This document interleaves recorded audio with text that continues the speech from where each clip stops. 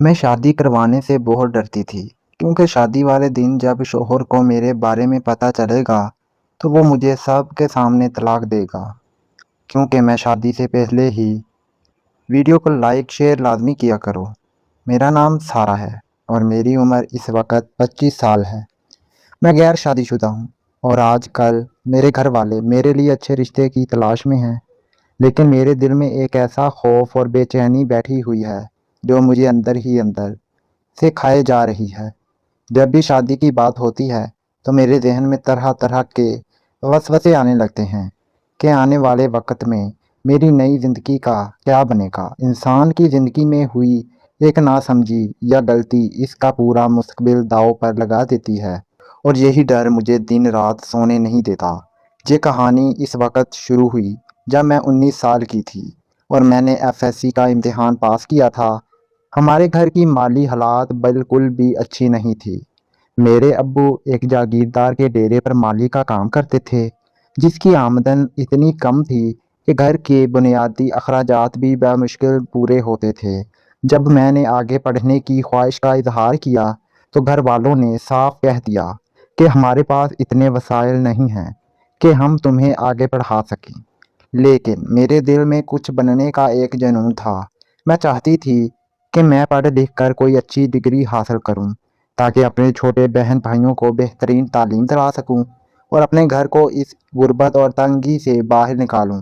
میں اس مفلسی کی زندگی سے تنگ آ چکی تھی اور حالات کو بدلنا چاہتی تھی۔ اسی جذبے میں آ کر میں نے یہ فیصلہ کیا کہ چاہے کچھ بھی ہو جائے میں خود محنت کر کے اپنی پڑھائی کا خرچ اٹھاؤں گی۔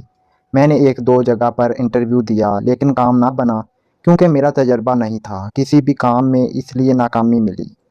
نوکری ملنے کی جلد بازی میں مجھ سے کچھ ایسی غلطیاں ہوئیں اور میں نے کچھ ایسے غلط لوگوں پر بھروسہ کر لیا جس کی وجہ سے میری عزت اور سکون دونوں داؤ پر لگ گئے، اور آج وہی ماضی میرا پیچھا کر رہا ہے۔ پاس کے اسکول میں مجھے ٹیچر کی نوکری مل تو گئی لیکن تنخواہ بہت ہی کم تھی۔ وہاں سے ملنے والی معمولی تنخواہ سے میں نے اپنی فیسیں ادا کیں اور جیسے تیسے کر کے نرسنگ کی تعلیم مکمل کر لی۔ اس کے بعد مجھے ایک ہسپتال میں نوکری مل گئی۔ جس ہسپتال میں مجھے نوکری ملی تھی وہ ایک چھوٹے سے گاؤں میں تھا۔ ایک دن میں 4 سے 5 مریض آتے تھے اور ہم پورا دن بالکل فارغ بیٹھے رہتے تھے۔ وہاں میری ڈیوٹی کے علاوہ صرف ایک لڑکا ہوتا تھا جو ادویات کو مینیج کرتا تھا۔ ڈاکٹر صاحبہ ہفتے میں صرف 2 دن کے لیے ہسپتال آتی تھیں، جبکہ باقی کے تمام دن میں ہی وہاں موجود ہوتی تھی۔ ہسپتال کا زیادہ تر کام میں خود ہی سنبھالتی تھی، اس لیے وہاں کے تمام لوگ مجھے ہی ڈاکٹر سمجھنے لگے اور سب مجھے ڈاکٹر صاحبہ کہہ کر پکارتے تھے۔ اگرچہ میں نے کبھی خود سے کسی کو یہ نہیں بتایا تھا کہ میں ڈاکٹر نہیں ہوں، لیکن جب وہ مجھے اس احترام سے بلاتے تھے تو مجھے بڑی خوشی محسوس ہوتی تھی کیونکہ ہسپتال کی تمام ذمہ داری اور دیکھ بھال میں اکیلے ہی سنبھال رہی تھی۔ مجھے وہ لڑکا بہت ہی احترام سے بلاتا تھا۔ میں تو ایک ہفتے میں ہی اس کی فین ہو گئی تھی۔ جب مریض نہ آتے تو میں اس کے کمرے میں چلی جاتی یا کبھی وہ میرے کمرے میں آ جاتا۔ ہماری کافی انڈرسٹینڈنگ ہو گئی۔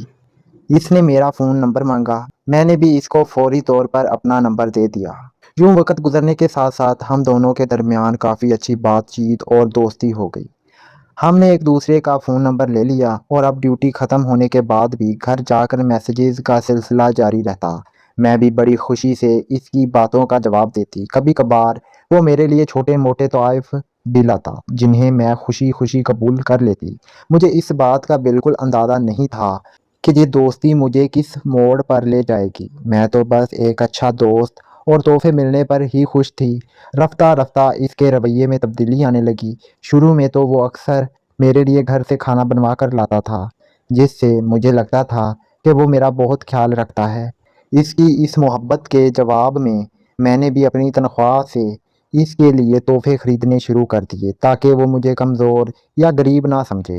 لیکن وقت کے ساتھ اس نے مجھ پر خرچ کرنا کم کر دیا اور اب زیادہ تر خرچہ میری ہی جیب سے ہونے لگا۔ وہ اکثر میرے سامنے اپنی خاندانی امیر ہونے کی باتیں کرتا اور اپنے روپے پیسے کی شوخی مارتا تھا کیونکہ میں خود تنگی اور غربت کی زندگی سے نکلنا چاہتی تھی۔ اس لیے اس کی ان باتوں سے متاثر ہونے لگی اور دل ہی دل میں اس کی طرف مائل ہوتی گئی۔ وہ مسلسل مجھے اپنی طرف متوجہ کرنے کی کوششوں میں لگا رہتا تھا۔ میں اس پر سچے دل سے بھروسہ کرنے لگی تھی اور مجھے ذرا بھی اندازہ نہیں تھا کہ اس کے ذہن میں کیا چل رہا ہے۔ میرا لالچ میری زندگی برباد کر گیا۔ ایک دن بہت تیز بارش ہو رہی تھی۔ عدنان میرے پاس آیا اور کہنے لگا کہ باہر چل کر کچھ کھاتے ہیں۔ میں نے انکار کر دیا اور کہا کہ اتنی تیز بارش میں باہر جانے سے میں پوری طرح بھیگ جاؤں گی اور میری طبیعت جلد خراب ہو جاتی ہے، مجھے بخار ہو جائے گا۔ اس نے میری بات مان لی اور کھانا ہسپتال میں ہی منگوا لیا۔ ہم دونوں نے مل کر کھانا کھایا، جس کے بعد اس نے کہا کہ وہ مجھ سے اپنے دل کی بات کرنا چاہتا ہے۔ یہ سن کر میرے دل میں بھی امید جاگی اور مجھے اندازہ ہو گیا کہ وہ کیا کہنے والا ہے۔ جب میں نے پوچھا تو اس نے اعتراف کیا کہ وہ مجھے پسند کرتا ہے اور میرے ساتھ شادی کر کے اپنی پوری زندگی گزارنا چاہتا ہے۔ یہ سن کر مجھے بے حد خوشی ہوئی کیونکہ میں بھی اسے پسند کرنے لگی تھی اور اس کے ساتھ مستقبل کے خواب دیکھ رہی تھی۔ میں نے فوراً اس کی بات مان لی۔ اس جذباتی ماحول اور تنہائی میں ہم دونوں سے ایک بہت بڑی غلطی ہو گئی اور ہمارے درمیان وہ حدود ختم ہو گئیں جو شادی سے پہلے نہیں ہونی چاہیے۔ لیکن جیسے ہی مجھے اپنی غلطی کا احساس ہوا، میں شدید پچھتاوے میں گر گئی۔ مجھے لگا کہ میں نے جذبات اور لالچ میں آ کر اپنی عزت کھو دی ہے۔ بارش تھمنے کے بعد میں وہاں سے نکل گئی اور اگلے پورے ایک ہفتے تک ہسپتال نہیں گئی۔ میں سخت ذہنی تناؤ اور پچھتاوے کی وجہ سے بیمار پڑ گئی۔ گھر والے پریشان ہو کر پوچھتے رہے کہ میں کام پر کیوں نہیں جا رہی، لیکن میرے پاس ان کے سوالوں کا کوئی جواب نہیں تھا۔ میں اپنے گھر والوں کو یہ بتانے کی ہمت بھی نہیں رکھتی تھی کہ مجھ سے کتنی بڑی بھول ہو چکی ہے۔ اس طرح ایک ہفتہ گزرنے کے بعد جب میں دوبارہ کام پر گئی تو اس نے مجھ سے معافی مانگنا شروع کر دی کہ جو کچھ ہوا اس کا اسے بے حد افسوس ہے اور وہ آئندہ ایسا کبھی نہیں کرے گا۔ اگرچہ میرے اندر کا ضمیر مجھے خبردار کر رہا تھا، لیکن میں نے اس کی باتوں پر بھروسہ کر لیا اور حالات دوبارہ پہلے جیسے ہو گئے۔ وقت گزرنے کے ساتھ ہم سے یہ غلطیاں بار بار ہوتی رہیں اور آہستہ آہستہ یہ سب معمول بن گیا۔ ایک سال بعد اچانک اس لڑکے کا وہاں سے تبادلہ ہو گیا اور اس نے اپنا فون نمبر بھی بند کر دیا۔ میں نے اس سے رابطے کی بہت کوشش کی، لیکن میرے پاس اس کے فون نمبر کے علاوہ اور کوئی معلومات یا گھر کا پتہ نہیں تھا۔ اگر گھر کا پتہ ہوتا تو میں اس کے گھر جا کر اس کی منت ترلے کر لیتی، لیکن اب مجھے اپنے کیے پر پچھتاوا ہو رہا تھا۔ اب میرے گھر والے میرے رشتے کے لیے پریشان ہیں اور باتیں چلا رہے ہیں۔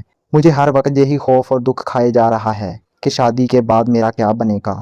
جب شوہر کو پتہ چلے گا کہ میری بیوی پاک دامن عورت نہیں ہے، یہ ڈر ستاتا رہتا ہے کہ ماضی کی ہوئی غلطیاں کس روپ میں میرے سامنے آئیں گی۔ میری آپ تمام دیکھنے اور سننے والوں سے یہی گزارش ہے کہ کبھی بھی کسی کے جھوٹے دلاسوں یا لالچ میں آ کر اپنی عزت اور خودداری کا سودا نہ کریں۔ دولت کا نشہ بہت کچھ کروا دیتا ہے۔ کاش میں پیسوں کا لالچ نہ کرتی تو آج میری عزت محفوظ ہوتی۔ جوانی کے جذبات میں اکثر انسان بہک جاتا ہے، لیکن اپنے آپ پر قابو رکھنا بہت ضروری ہے تاکہ بعد میں پوری زندگی پچھتاوے اور عذاب میں نہ گزرے۔ اللہ تعالیٰ سے دعا ہے کہ وہ میرے لیے آسانیاں پیدا کرے اور سب کی بہن بیٹیوں کی عزت آبرو کو اپنے حفظ و ایمان میں رکھے۔ آمین۔ ویڈیو اچھی لگی ہو تو ایک لائک اور شیئر لازمی کریں۔ شکریہ۔